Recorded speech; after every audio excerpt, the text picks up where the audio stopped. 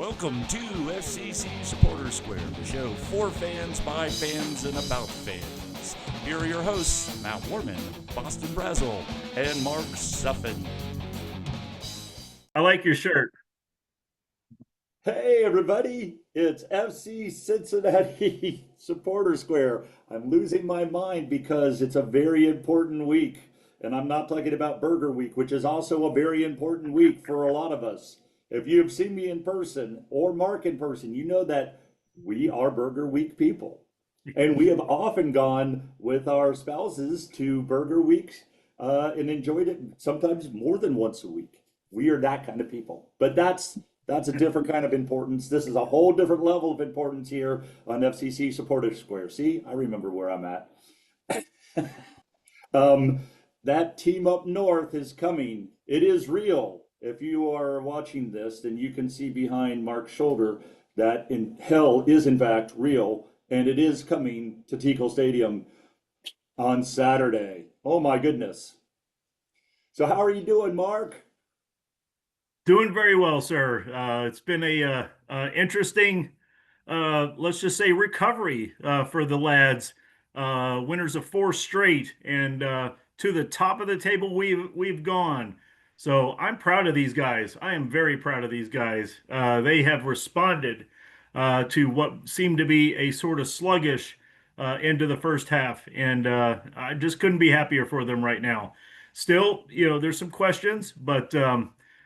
Going into this Saturday match, I am very, very excited. Well, first off, I want to say that somebody on the panel on our last episode said, I think they're going to be pretty good. They're not going to be fourth or fifth. I can't remember. I can't remember who said that. And I said it was going to be the play of Evander that would do this because he's magical and he would make it like his free kicks are magic. Oh wait, he scored on free kicks. Oh my gosh! It's like I almost know what I'm talking about. We don't care about that. We really don't care about that at FC Cincinnati. We're here about having fun takes and having a fun time. Just seems like I kind of got that one. But yes, yeah, they looked tired. They looked tired, and that 2 week break is something I think they just needed a reset. And it's going to be very interesting because we have a good 3 or 4 matches, mostly at home. Then we have the League's Cup break again. Again, this is a very strange season where we start, then we stop, then we start, and we stop, and we start again. So we have 4 games, then League's Cup, because we're looking further in the balance of the season, because we have played 21 of 34 games. And as Mark said, we are top of the table, but that's not like we're running away with it. Right. The team that is coming in, that team from up north that is coming in, is only 4 points away, and it's only because they got a draw in Seattle against Seattle. So I'm hoping they're tired because they had to play a Sunday game on the West Coast and then fly in, and that's one less day of prep. And anytime you can put that team at a disadvantage, I'm very happy about it. Ordinarily, I'd be like, maybe we should be a little fair during rivalry week, but they don't do that for us. Why they try to schedule Friday games so fans can't travel up north and that kind of thing. We have it on a Saturday night. Their fans will be there. They will be loud. We will be there. We will also be loud. One of the things before we get into how we've been playing is that this Saturday, besides Tifo Unveil, which is always fun, it is an orange out. So if you are going to the game, particularly if you're bringing casuals, tell them now it's orange out. Orange. There it is. He's got his orange Jameson already poured, and he's getting this is his pre-game right now with his Yeah. orange Jameson going on there. Never too early to pre-match. Never too early. Never too early. I had some pre-match after my band practice last night, and that was fun. Yeah. And maybe I'll talk about that in a little bit. But yes, as you said, winners of 4. Evander had like 2 braces in 2 games in like 4 days. He's playing, I think, MVP. arguably better than Acosta did at his highest point. And I will say why, but I want to see if you agree with that statement and expand on anything on that. No, I've already hashtagged it, Evander for MVP. It's a real thing. He's getting it done. Just what they did last match. What a wonderful assist he gave to Denke, and then his Golazo was just masterful. That was world class, and certainly, my hands are a little tired from clicking so much to vote for him for captain of of the MLS All Star proceedings, and he'll win that for sure. But my sights are on him getting MVP. He's having that kind of season. I don't know about Messi fanboys. I know there's a lot of people in MLS who are not Messi fanboys, so I think that works in our favor. However, I did find a hack, right? So if you go to that MVP, you pick your person, and then they give you this form that they want you to fill out. You don't need to fill out the form. You just hit the back button and hit vote again. So you don't have to deal with any of that. You don't have to type any of that. To say vote, then go hit your back button, vote, back button, and then after 10 it'll say you've done your duty. Go find something else to do. One more day from right now. One more day. One more day. So if you hear this, this is we record on Thursday. So if you hear this on Friday, vote. If you hear it after Friday, oh well, darn it. Yeah. But yes, so Evander is like, it's the player that we've always wanted. He is a guy who is nowhere and everywhere at the same time. Yeah.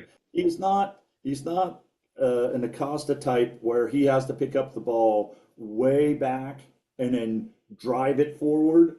But if he gets the ball in space, he will, particularly in the final third, he will drive it forward. That goal, the last goal, or the first goal of the last game, I'm sitting there watching that, and then suddenly it's in the back of the net. I mean, this is from like 20 yards off. If you're going to back off on Evander to cover his passing lanes, he's more than willing to shoot it. He put that thing right in the corner of the net, like a rocket. And like before anybody knew, it was there. It was 1-0, and I think they didn't even know what was going on. That's the kind of danger that Evander has. Look, Lucho is a magician with the ball, and he would get into spaces and make the perfect pass or make the perfect chip shot. He still has those skills. I'm not denigrating Acosta in any way, but Evander, that second goal, Evander gets the ball. He knows what he's going to do. If they close up on him, he makes a beautiful cross pass. Denke that was practically a tap in for him. It was a no doubter once he broke the line and made the pass. And that's what you get with this guy. He's not just dribbling through people and getting assists from within the 6-yard box. It's his knowledge of spacing and space and when to attack and when to just lay it off. And do those sorts of things. And finally, what I've been saying for the last 3 months, I said it takes some time for these guys to gel because they played with different guys in different systems. They are now right there. They are now right there. And like I said, when they get together, special things are happening. And that's what's going on. Can you talk about the defense and what we have and what we don't have for this game coming up on Saturday? Well, defense has been sort of a practice in hemorrhaging lately, and I'm a little concerned about it. But hopefully, I believe we get Miles Robinson back, and with a healthy Miazga, I think the middle is locked up. I'm not remembering about Flores if he still has a knock or not, but that is my key to having the solid back line that we need. Certainly, Engel and Yedlin have performed admirably in the wingbacks, and this 4-game win streak, they played a major role. So I'm happy with that. And but with somebody like Naboto going down with an injury that required surgery, successful, thankfully, we're going to need extra help on the back line. So I hope this is the stretch. July is going to be an absolute gauntlet.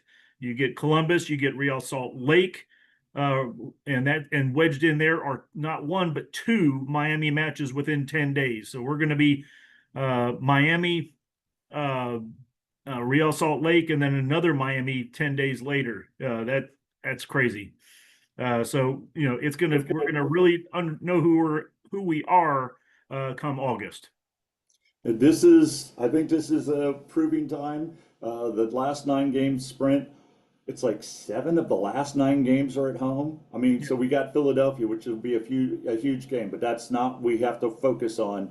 But that's a home game. We have New York City at home. We have Orlando at home. We have Nashville at home.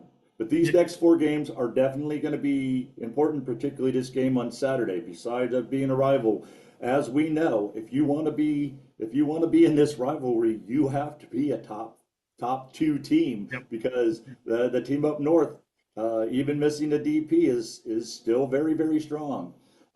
We do have Miles Robinson back. He came back Monday, I think, so he didn't Yeah. play much. So he's should be well rested and ready to go.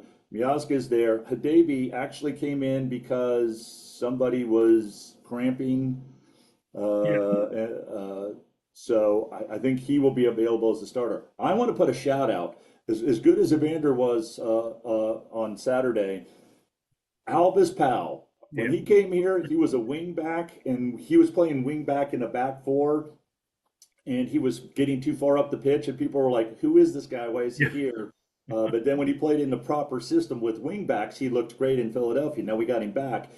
A spot center back, he played his butt off. He Yeah. did everything that you needed to do. If you needed a pass, he gave you a pass. If he Yeah. needed defense, he'd give you there. If he shut somebody down, he would do that. He was aggressive, strong on the ball, awesome off the ball. I can't say the win is really, I think, partly from Alvis Powell playing such great defense. Yeah. Oh, If we can get Miazga and Robinson and Hidebe, I don't know about Flores.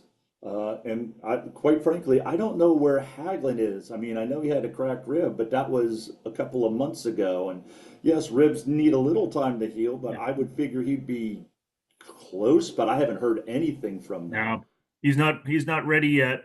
But you bring up Haglund that had an absolutely inspiring first part of the season, really just playing an integral role in our getting ourselves going. And I just couldn't believe how well he was playing, especially coming back from a season-ending injury, and just playing so well. And then you talk about Alvis Powell, who basically filled that role on a uh, spot assignment, and he stepped into that role. And wow, it's just paid major dividends for our defense this year. And I'm thrilled. I'm thrilled for both of them. I'm hoping to get uh, Haglund back. I just don't know exactly his timeline, but you know, hopefully Godspeed. He'll get back soon, and we'll just have him. Hopefully, have him for the stretch run. Hopefully, Yeah, it sounds like that. It sounds like Naboto is not on crutches, yeah, and the word that I've heard was that it's not season ending, so they're not going to yeah, put him on SEI, which uh, hopefully that works out because we would love to have him. Like I said, Anunga played really good defense, and my yeah, concern with Anunga was the transition in the middle third. We did very good. I thought we did very good on Saturday.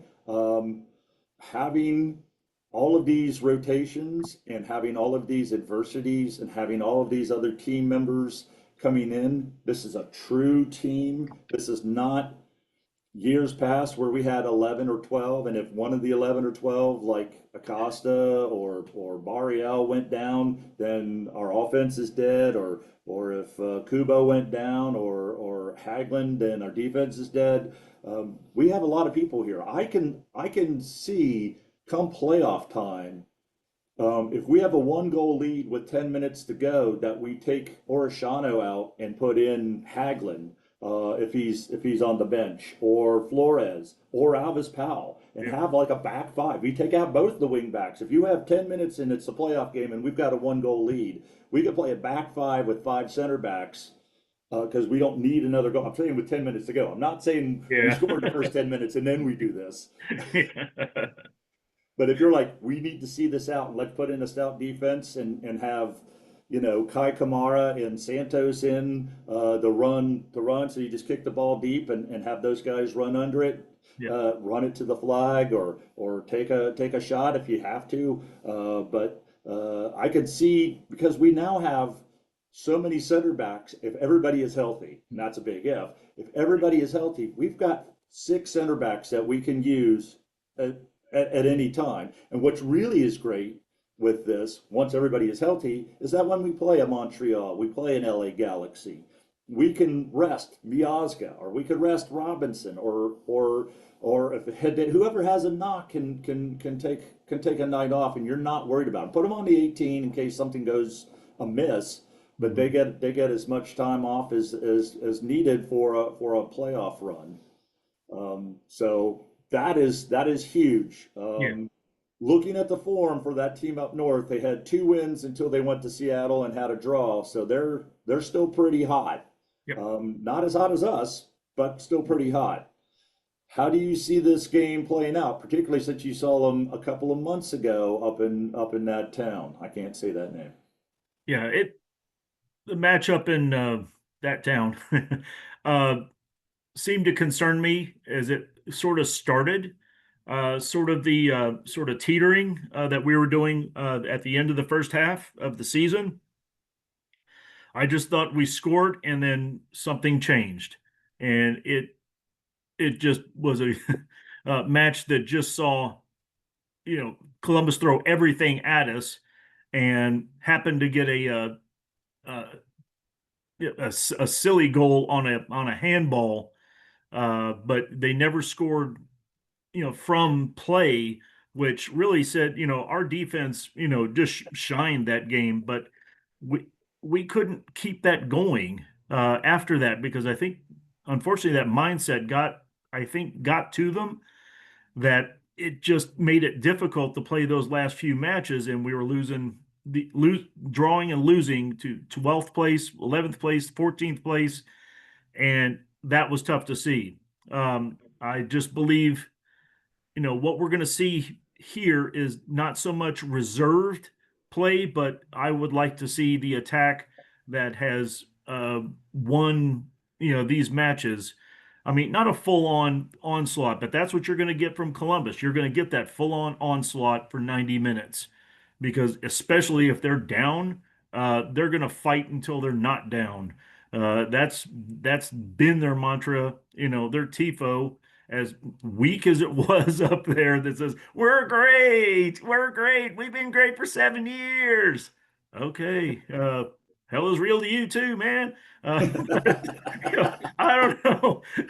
you know, it's never so, but last year proved a lot of things for us against that kind of caliber of team, and I want to see that kind of fight that we gave them last year. I want to see that kind of match again on Saturday. So TQL is just going to be electric.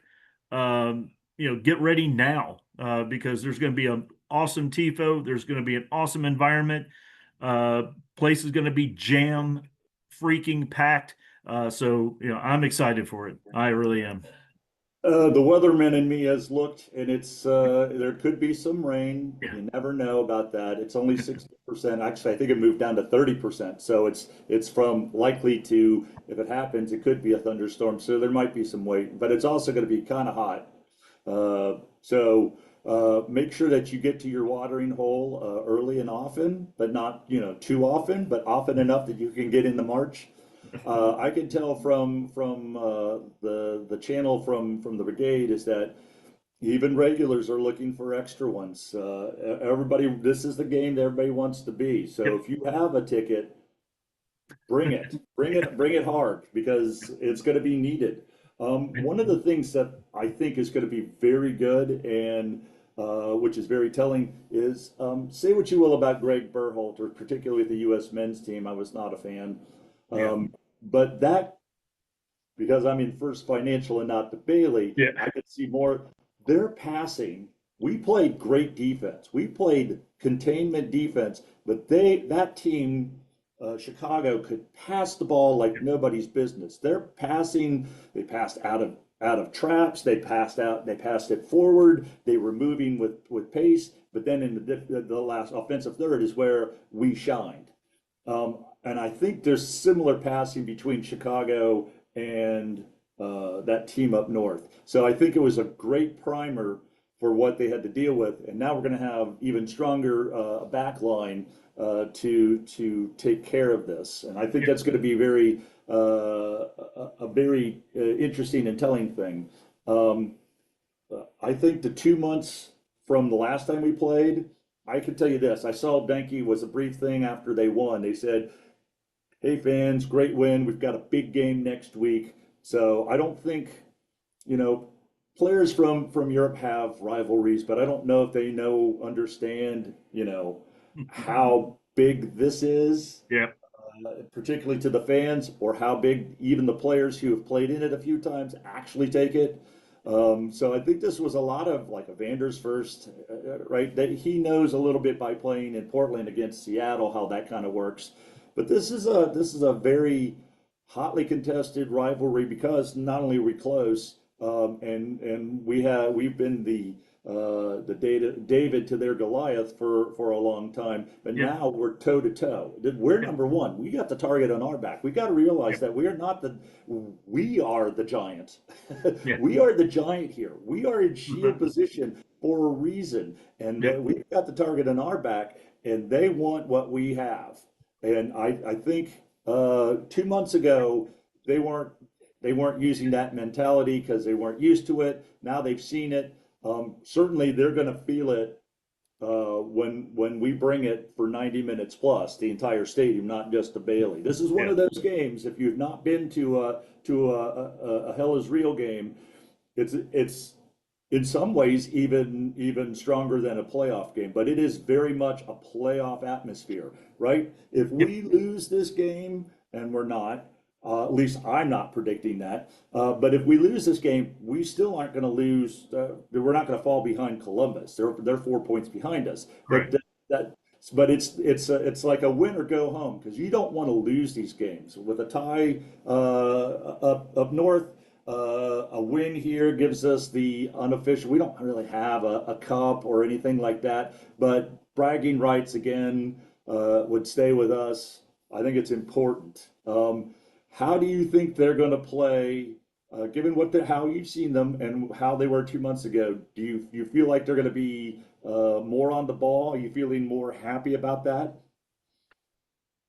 We're going to get their best match. We're going to get their best effort. Um, they feed off of this, and we know exactly who they are. They've been the same for the last 7 years, and we're just going to have to withstand it. We withstood it up in that city, and we're going to have to do an even better job on Saturday.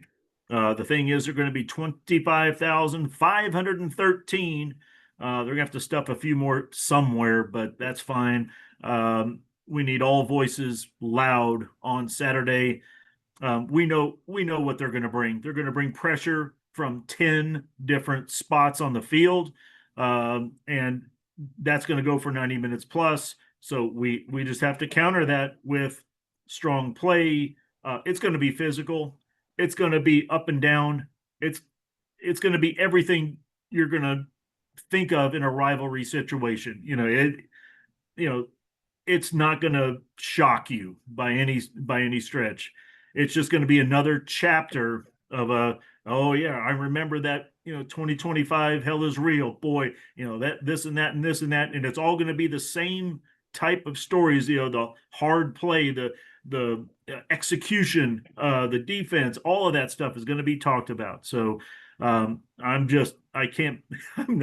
I am truly jacked for this, and I'm ready for Saturday to come. It's one of those things. I'm going to tell you right now just how important I think this game is that we did.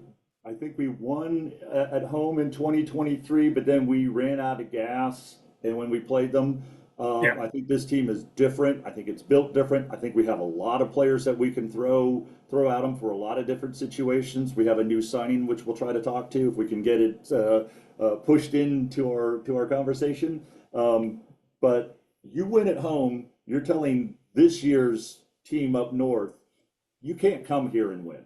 You can't come here and win.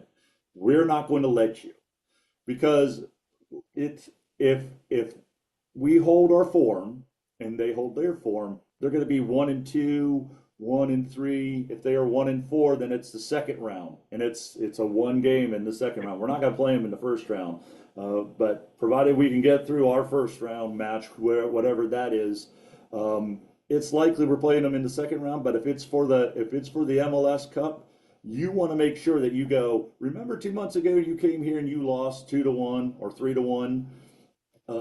Yeah, keep that in your head because it's not you're not going to get any better.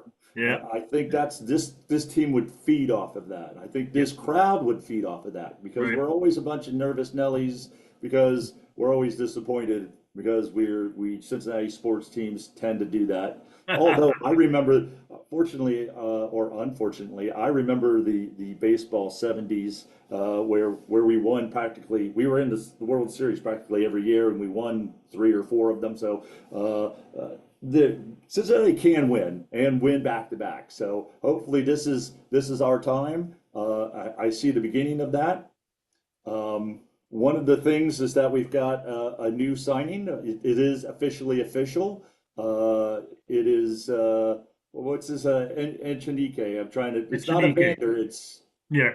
It's Ender. Yes, it's And Ender and Evander. So it's like, oh my yeah. goodness, I get confused with names if you're Sally or Susie. I'll get you mixed up. I'm gonna have a problem with hopefully not saying Evander when it's Ender. His natural position is wingback. Does that Well, mean? I mean, there's been rumors of Orishano going to River Plate. He's younger. From what I hear, the coaching staff loves him because whatever they say, he immediately applies it. He's 21. Does that mean Orishano's out? Does that open up other spots? This summer window is going to be an interesting thing. Now we don't have to uh, like we had to sign Boop a couple of years ago to bolster our offense. We don't have a glaring need. I think we do need a midfielder, but we don't need a clear backup unless Kubo is somehow injured. I don't know what's going on with that situation. Um, yeah. If I'll jump in here, I think it was discussed today with Albright that Echenike has more of a upfront winger uh, type of play, and he has played a wing back sometimes, but his more natural position is more of a front attacking winger. So I'm thinking that in the he might take a spot up front where Kubo is not available right now. He might jump into one of those positions instead of being a wing back.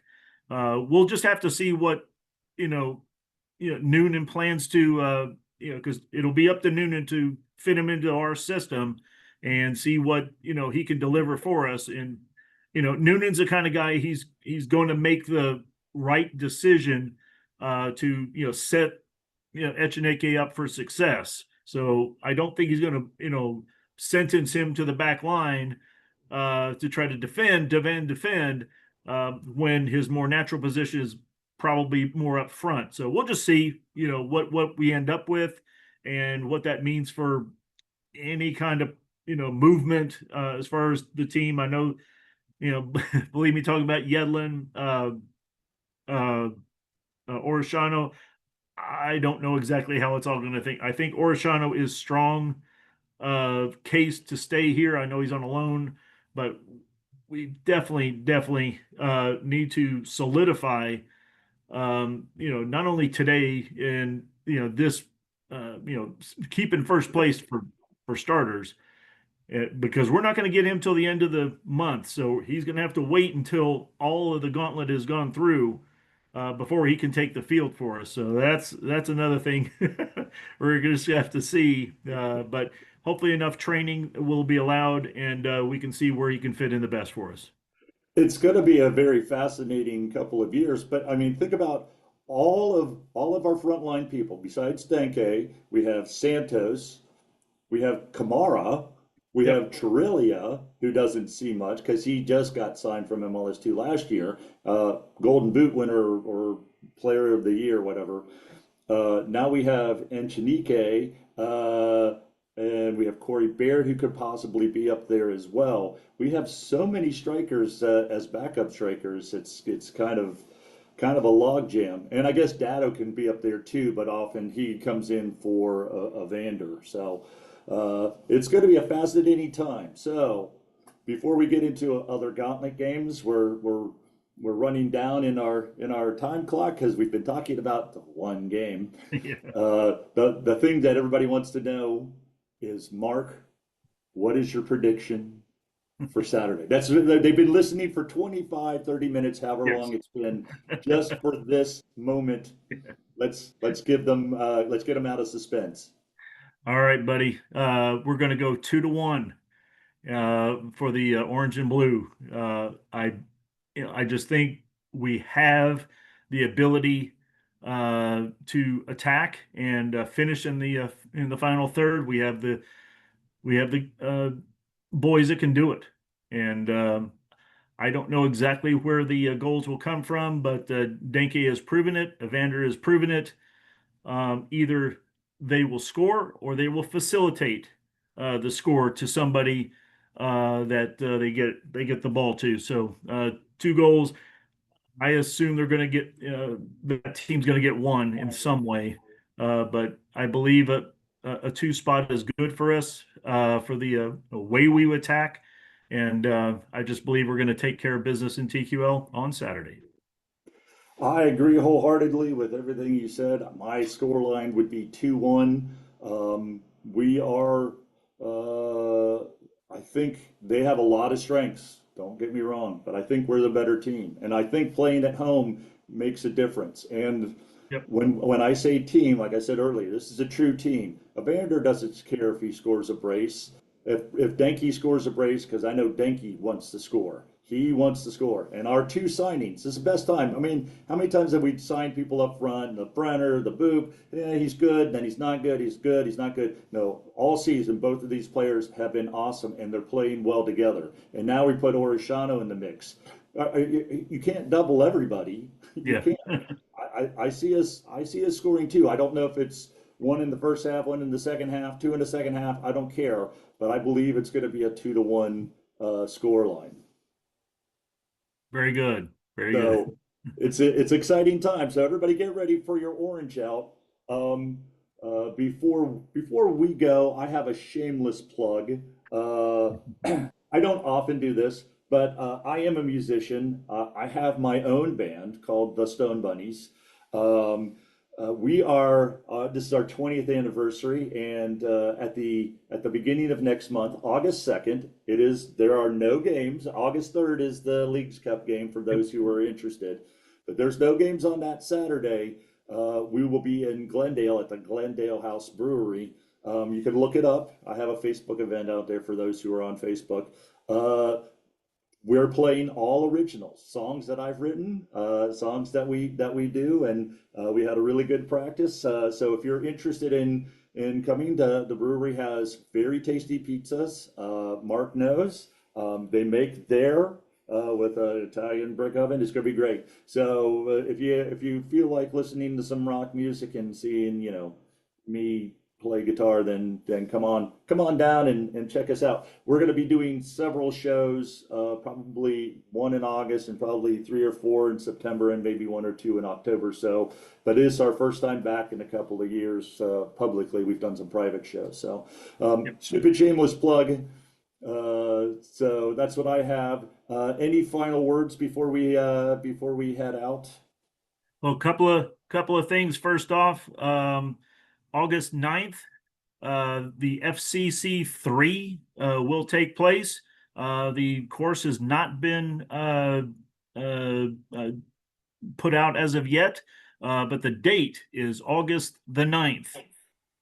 So sign up for that. It has been a wonderful time. I've walked in that race before, and it's a fun time. It is heavily participated in, and it's always a fun time. So please do that. Also, I just want to point out some very sad news. It came out on the wire today that former FCCer Brandon Vasquez suffered ACL injury in their U.S. Open Cup match, and sadly, he's going to be gone for Austin FC the rest of the season. So just prayers for him, and just hopefully that he can get back to his form. We just all pray for him now, and we just hope he can return to his old self very soon. I know he's not with us, but he was a good dude while he was here. We had fun with the pancake memes. Yeah. And this could affect not only this season but also his World Cup aspirations, as this could set him back some time. I saw the video, was not a contact, so no cheap shots. He was trying to make a soccer move, and the knee just went out. So it's unfortunate, but good vibes going out to Brandon, and hopefully, and he was a captain candidate. Yes. But so thank you for that. Yep. Anything else? Any other? It is Burger Week. Have you had burgers this week? I have ingested not one, but two burgers in downtown spots, primarily on 6th Street in downtown Cincinnati. So you can look those up and see where you want to head to. There are so many, over 100 places that you can get one of these special burgers, including Sam Adams Tap Room up there. They have a burger entry as well, so I'm looking forward to that on Saturday. So pizza burger. I'm looking forward to yes. that with Ohio's Orange and Brew. I think those two would be a match made in Utopia. Yep. And a special match. That is the matchup of the universe. That is exactly what you want. So if you are so inclined, come to Sam Adams and do some chanting with us. And it's a very important game. So as you said, pregame, stay hydrated. We will see you Saturday. We will also talk to you next time here on FCC Supporter Square. Thank you for joining FCC Supporter Square. The hosts are Matt Warman, Boston Brazel, and Mark Suffolk. The intro song is Quick on the Holster by the Stone Bunnies, and the ending song is Awesome Sauce, also by the Stone Bunnies. Thank you for listening. Please join us again.